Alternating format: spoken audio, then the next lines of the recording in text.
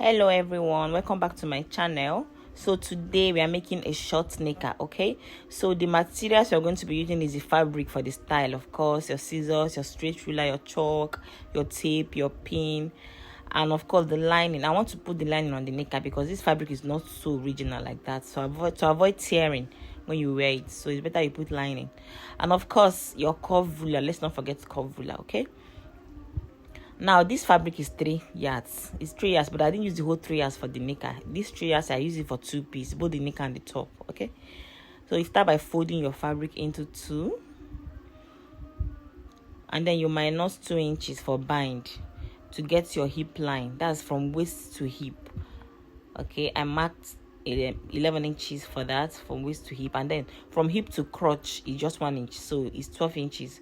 I marked it. So I'm going to use my straight ruler now to draw a straight line. So this is the hip line first,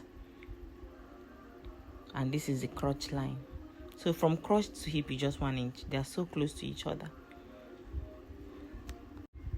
If you're seeing this video for the first time, please subscribe, and if you're an old comer, please still like, comment, share. And yes, when you're sewing, please always remove the label. This label does not speak good of a tailor. Whenever you have it, you see it in your fabric, please cut it off. Okay, so we are going down to get the length of this knicker. The length is 20 inches, but I added extra 2 inches, making it 22 for folding allowance. We are going to go ahead and use our straight ruler to mark a straight line to identify the length. For all my subscribers, thank you. I love you all so much. Okay, so this is the length, the waist, the hip, the crotch, and the length. Now let's not also forget the tie line. So let me label it: waist, hip, crotch, and length. So let's get our tie measurements. Okay,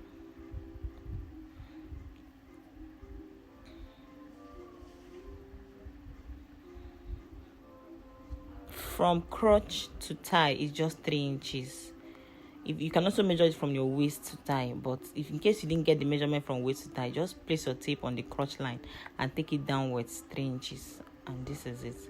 And mark the line for the tie. That's the tie line. Now we're going to go ahead and get the crotch and the crotch extension. So we're going for the crotch extension first. So this crotch extension is your hip divided by 16. Your hip measurement divided, your hip circumference divided by 16. Whatever you get, you approximate it. So I got 2.9 something, and I made it 3 inches. So this is 3 inches crotch extension, and then I went ahead to rule a straight line, and then I curved.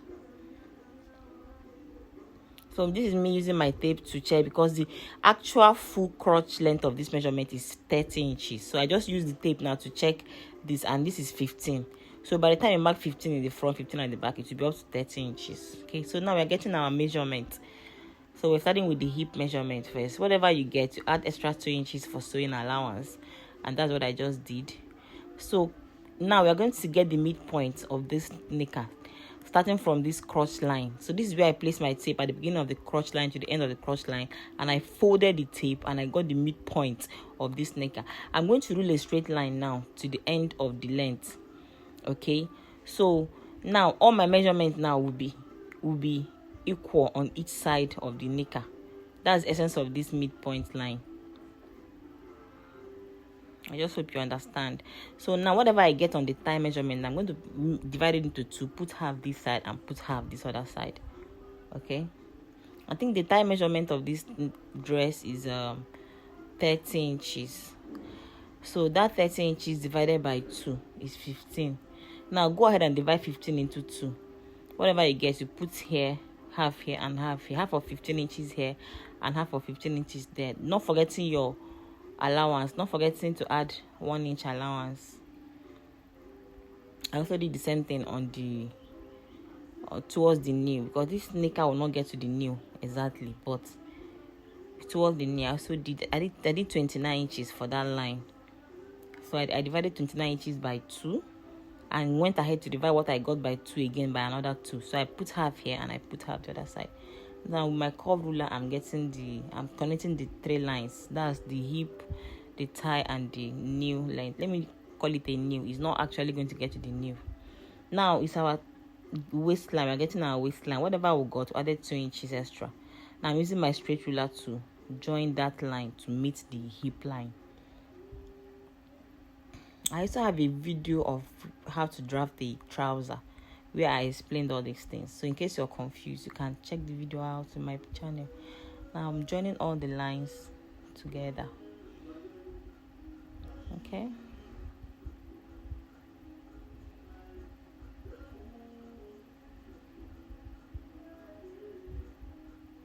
so this is me making sure that the length is at where I want it to be. So it's time to cut the crotch first, the sides, the length, and the other side of the knicker.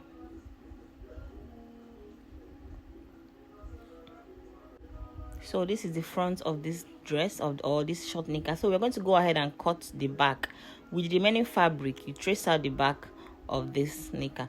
You start by folding into 2 as well, and then you place the front you just drafted on it. Then you add 1 inch at that crotch length. That's because the back bum is usually curvy and bigger than the front, so make sure the back side is always bigger. So I added 1 inch at that crotch length, and then 1 inch at the top side, just exactly what I'm doing now. 1 inch at that 1 inch at that crotch length, and 1 inch at the up part, that's the waist part. Okay, and then I went ahead to use my chalk to trace out the skeleton and all. So the next thing now is to cut it. So make sure and then I added another zipper. I added a zipper allowance as well. Yes, I just made the zipper allowance. You can do 1 inch for zipper allowance or half an inch. So the back side is always longer and bigger. Take note of that when you're cutting yours. Okay.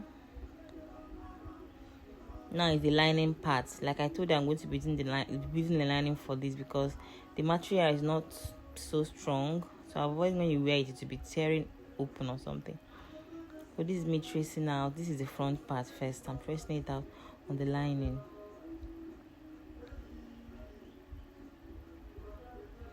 I also repeat the same thing on the back as well.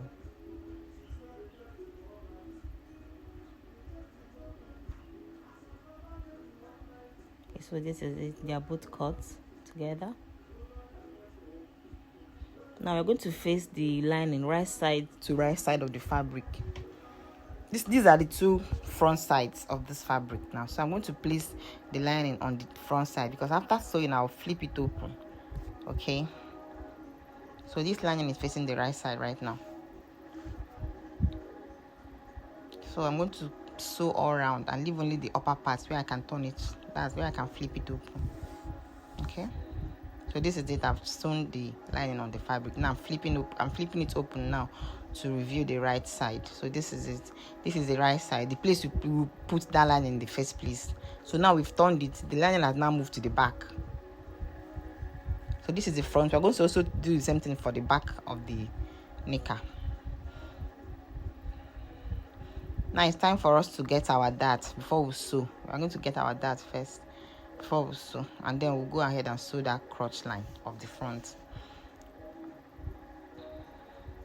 If you have watched this video up to this point, please give it a thumbs up. Thank you. So the dart, I went in by 5.5. I did 5 first, then I added another half. So 5.5 by width and 5 inches by length, and then I joined the line. I did it on the other side, 5.5 width and 5 inches length. Okay.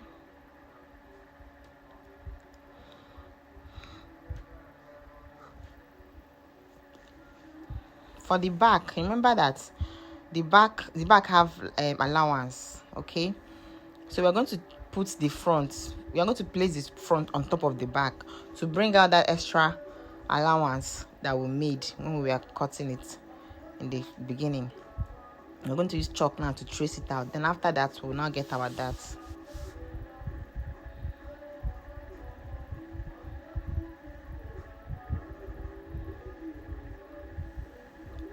Now you go in by your usual 5.5 and then 5 inches, both the front and the back. Join the line together. So this is it now for the back. So this is the front. I've sewn the crotch part for the front. Okay, and I've also darted it already. So this is the front. This knicker is already coming out neat and beautiful. Can't wait. And these are the bind. This is the long bind is for the front, and the short bind is for the two separate back.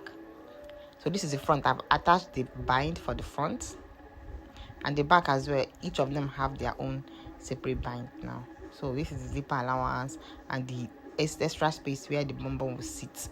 Now we're going to take our measurements. You know that waist measurement you got, okay? Whatever it is that you got there, you minus 1 inch on this side and 1 inch on that side. That was that extra 2 inches that we put there when we were cutting it in the first place. So you minus it to get your actual hip measurement and your waist measurement. So this is me linking the line from the waist to the hip after I've gotten the actual measurement. And same thing for the thigh as well. Whatever you distributed on each side of the thigh, you separate, you put the actual measurement you want, the fitting you want, and all. When you check it, if it's correct, and then you join the lines together. It's time for us to close up this knicker. Now look at these two sides. Make sure they are facing each other so you achieve accuracy.